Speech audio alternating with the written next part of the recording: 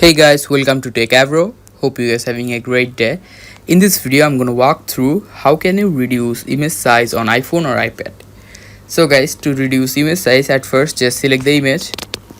After selecting the image, in the bottom left side here you can see there is a share option. Click on it. Now scroll and here you can see save to files. Click on it.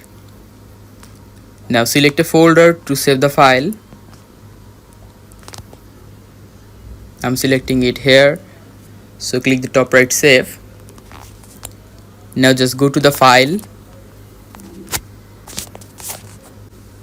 Here you can see the photo is here. Long press on it. Click on quick action this and click on convert image.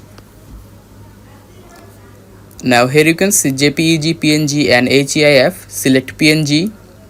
Now you need to select small or medium. I'm selecting small. Now just go there. Here you can see the two images are here. The small is on here.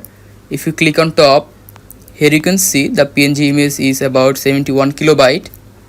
And if you go to the previous one and click the top, here you can see it is about 307 kilobyte.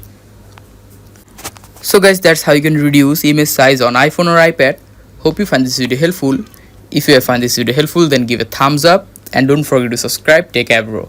Thank you so much for watching the video.